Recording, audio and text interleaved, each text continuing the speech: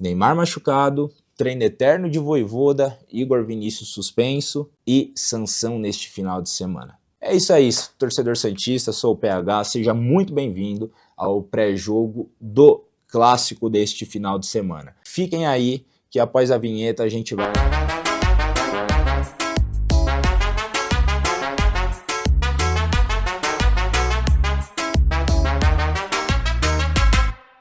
É isso aí, santistas. Antes de mais nada, quero falar sobre essa peita aqui, que nos últimos vídeos alguns de vocês comentaram, elogiando, né, a peita, eu não, né, porque vamos combinar que o modelo não ajuda muito, né, mas a peita é realmente muito bonita, né. Então alguns de vocês elogiaram, perguntaram onde eu comprei, e acreditem se quiser, eu não faço ideia.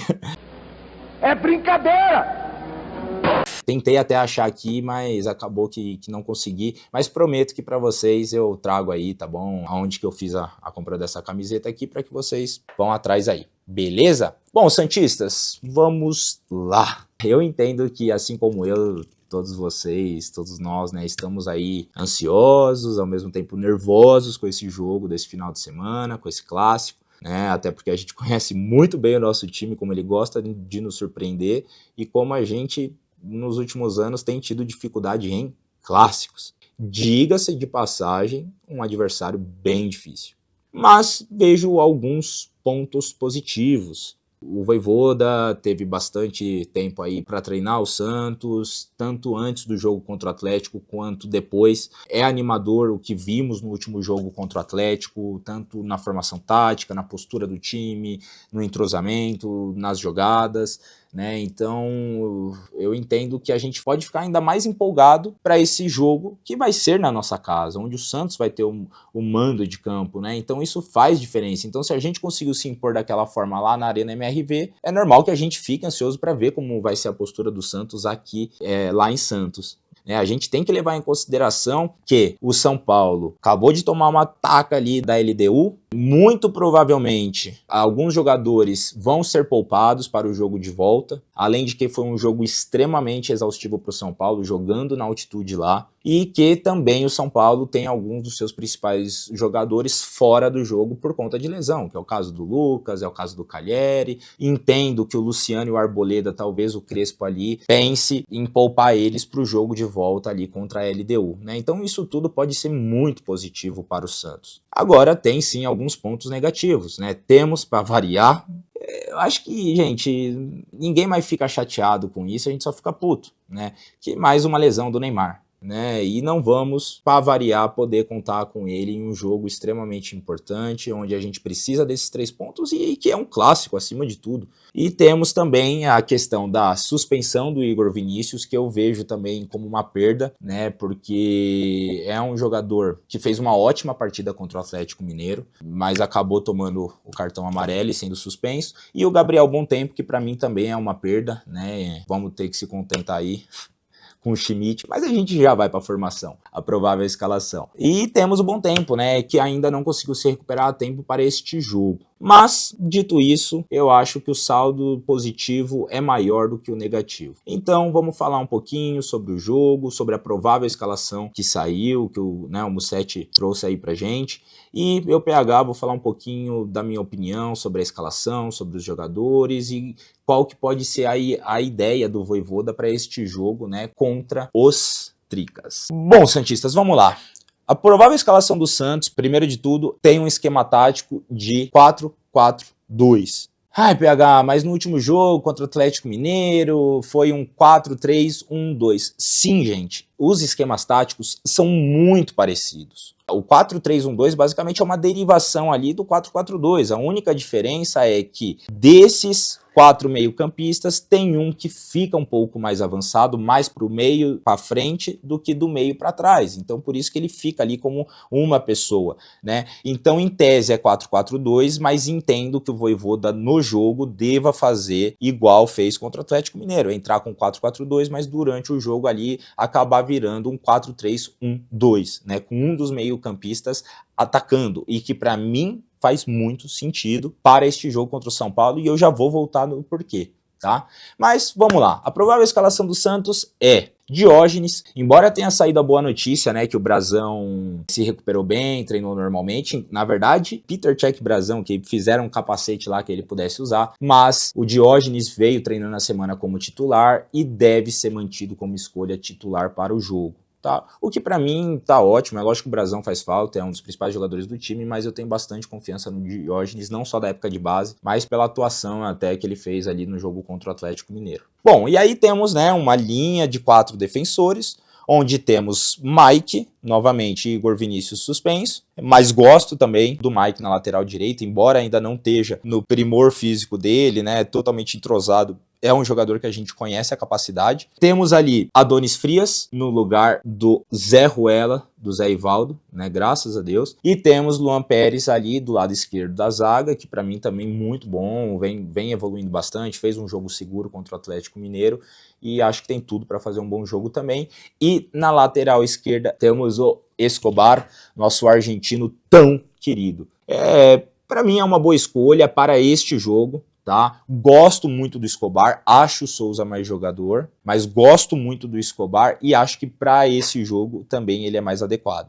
E aí temos, né, a linha de meio de campo do Santos, que eu acho que na prática não vai ser uma linha de 4, uma linha de 4 meio-campistas, né? Vai ser uma linha de 3 ali, como foi ali contra o Atlético Mineiro, né? Então provavelmente o João Schmidt sendo pitbull ali encabeçando a área, Zé Rafael até por ser destro e jogar mais nessa área do campo ali um pouco mais aberto como um meia central para a esquerda ali, o Vitor Hugo, que inclusive também fez uma ótima partida contra o Atlético e por ser canhoto, muito provavelmente por isso ali no meio central direito. E temos um quarto jogador, que seria o 1, que fica ali como um meia atacante do meio de campo para frente, que com a ausência do Neymar, e até se o Neymar fosse jogar, eu entendo que seria o Roleiser, que aí também é uma boa notícia, hein, que eu até esqueci de falar no começo, o Roleiser voltando após suspensão. Então vai ser esse homem ali como meia atacante, né? E lá na frente, a mesma coisa que no jogo anterior. Guilherme como segundo atacante e Lautaro Dias como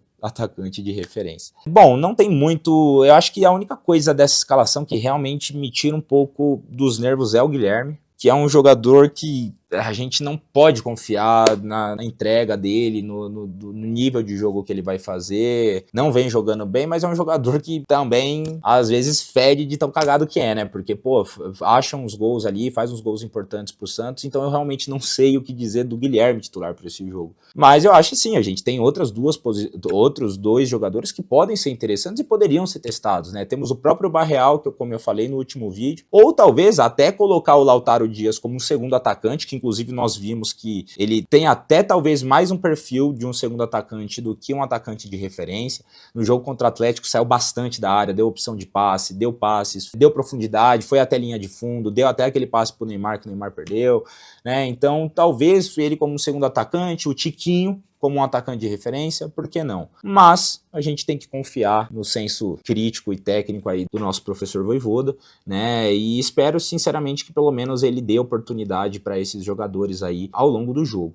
A minha opinião, tá, o porquê que o Vojvoda vai manter essa formação e talvez não tentar uma nova, como eu disse num dos vídeos anteriores, né, que eu entendo que o Santos pode jogar tanto no 4-3-1-2 quanto no 3-5-2, mas eu acho que neste caso ele vai manter essa formação que foi contra o Atlético, uma vez que temos o time do São Paulo, que não é novidade para ninguém, que depois da vinda do Crespo mudou totalmente a postura. É um time que vem jogando bem, se tornou um time cascudo, né? E realmente é um adversário difícil para o Santos. Mas o Crespo já vem demonstrando que ele tem uma certa ali aptidão, uma certa preferência para que o time dele jogue num 3-5-2, principalmente fora de casa. E aí que eu acho legal a ideia do Vojvoda, né? Porque nós vamos jogar em casa, nós vamos querer ter ali a cadência, a posse de bola. Muito provavelmente um dos motivos que o São Paulo deve vir o 3-5-2 é também para tentar ali, né, combater no meio de campo e ter sempre o contra-ataque com os alas ou meias abertos, né, ali fazendo essa função, né, tanto de ataque quanto para defesa. Então eles focarem bastante no contra-ataque. Então eu acho importante isso do Vojvoda. Primeiro, o Santos, se ele fosse com um 3-5-2, com uma linha de 3 zagueiros, eu entendo que nossa defesa ficaria muito exposta. Por mais que a gente tivesse 5 meio-campistas, teriam esses 2 jogadores do São Paulo que o tempo inteiro estariam fazendo, né, essa função de correr para o ataque no contra-ataque e vir pelas costas dos nossos meio-campistas e ficarem ali, né, numa posição complicada para a nossa trinca de zaga, né? Então eu entendo que o Vojvoda está mantendo os 2 laterais e vai dar uma instrução para que eles se atentem mais no apoio ali, na parte defensiva e no apoio ao ataque, mas limitando ali talvez até o meio de campo, um pouquinho mais para frente, mas não fazendo a função de alas, para que justamente eles fiquem mais fixos ali próximos aos zagueiros e aos meios-campistas do Santos, para não deixar esses alas do São Paulo jogarem livres. Então eu entendo muito importante que a gente mantenha a linha de 4 defensores nesse jogo, para que a gente tenha mais segurança defensiva nos contra-ataques do São Paulo. E aí, quando a gente fala 3-5-2, parece que o Santos vai jogar com 3 meio-campistas contra 5 do São Paulo e vai ter essa desvantagem numérica, né, no jogo. Mas não, porque na verdade, quando a gente olha para o 3-5-2, os alas vão estar preocupados em sempre dar essas opções e fazer essa recomposição na defesa e depois, né, dar essa opção no ataque. E enquanto eles fazem isso, o Santos vai ter ali um meio-campo de 3 jogadores são paulinos contra 4 do Santos. Porque, de novo, é um 4-3-1-2. Né? Então nós vamos ter 3 jogadores combatendo os 3 jogadores do São Paulo e, principalmente o São Paulo, o Crespo costuma jogar com apenas um volante e o meio de campo dele mais distribuído. Então, além da gente ter essa combatividade no meio de campo, que até pelo perfil do Vojvoda, eu acho que o nosso meio de campo vai ter uma atuação bastante intensa na marcação, pressão e ali na saída de bola do São Paulo, e nós vamos ter um jogador habilidoso e criativo como o Roleiser, meio que flutuando ali depois do meio de campo pro ataque, tentando jogar ali nas costas do volante do São Paulo, o que vai ser ótimo pro Santos, porque todo contra-ataque do São Paulo que for frustrado, o Santos vai sair em velocidade, São Paulo vai ficar meio que desfalcado ali dos alas, e aí nós vamos ter 3 meias para armar o jogo ali com o nosso meio atacante, que vai estar ali, né, jogando nas costas do volante e fazer essas jogadas e espetar os nossos 2 atacantes. Nós conseguimos também, uma vez que os alas sobem, criar espaços nas beiradas do campo, né? Tanto para que justamente os atacantes também possam sair mais da área e ali com o Roleiser flutuando, fazer triangulações, fazer tabelas, né? Então eu realmente entendo que é uma estratégia acertada do Vojvoda, é uma estratégia que traz segurança para o Santos, não só defensiva, né, segurando as subidas dos alas e tendo combatividade no meio de campo, como no ataque, onde o Santos acaba ficando em vantagem. Se o Santos... Atenção! Se o Santos fizer um jogo intenso, de movimentação, que aí o que me preocupa é esse... do Schmidt, meu. Porque não dá pra pensar em intensidade e pensar nesse cara, mas tudo bem. Mas a gente já viu como o Vojvoda é e como ele gosta que o time dele joga. Então, se o meio de campo do Santos realmente fizer um jogo intenso, de marcação pesada, de correr o jogo todo, a gente vai conseguir, na minha visão, anular o time do São Paulo e jogar em espaços que vão ser fornecidos ali por eles no campo. Então, gosto bastante da ideia do Vojvoda, tenho ali alguns adendos que talvez ele poderia pensar em alguns outros jogadores, mas acho que tanto o elenco quanto o momento em si, São Paulo, né, vindo de derrota, sem seus principais jogadores, enfim, e pelo trabalho que a gente conhece do Vojvoda e que viu na última semana, acho que tem tudo para que o Santos faça um bom jogo, um grande jogo e saia com os 3 pontos. E além de ganhar, que convença. Eu realmente acho que é um jogo para ganhar e convencer dentro da nossa casa. E se isso acontecer, torcedores, vocês sabem, nós torcedores a gente vai ficar... Eu juro que eu acho que eu vou parecer uma criança de 12 anos, velho. Eu acho que eu vou chorar se eu ver esse time convencendo e ganhando do São Paulo. Porque faz tantos anos, né, que a gente não vê o time do Santos, sabe, ganhando, jogando bem, se impondo, dando recado, mostrando que aqui é Santos Futebol Clube. Então é isso, santistas, tenho ótimas perspectivas para esse jogo, de novo, tem sim algumas novidades ruins? Tem, mas eu entendo que as boas, o saldo é mais positivo do que negativo, e eu acho que o cenário todo está se desenhando para que o Santos faça uma boa partida no domingo, e que ele vença e convença. É isso aí, santistas. Deixem aí os comentários de vocês, o que vocês estão esperando para o jogo, se vocês estão tão ansiosos que nem eu ou não, até para me confortar um pouco aí. E até sobre essas questões, né, das escolhas do Vojvoda como os jogadores titulares, da formação tática, dessa nova lesão aí do Neymar. Vamos conversar um pouquinho, tirar um pouquinho dessa ansiedade do peito, né?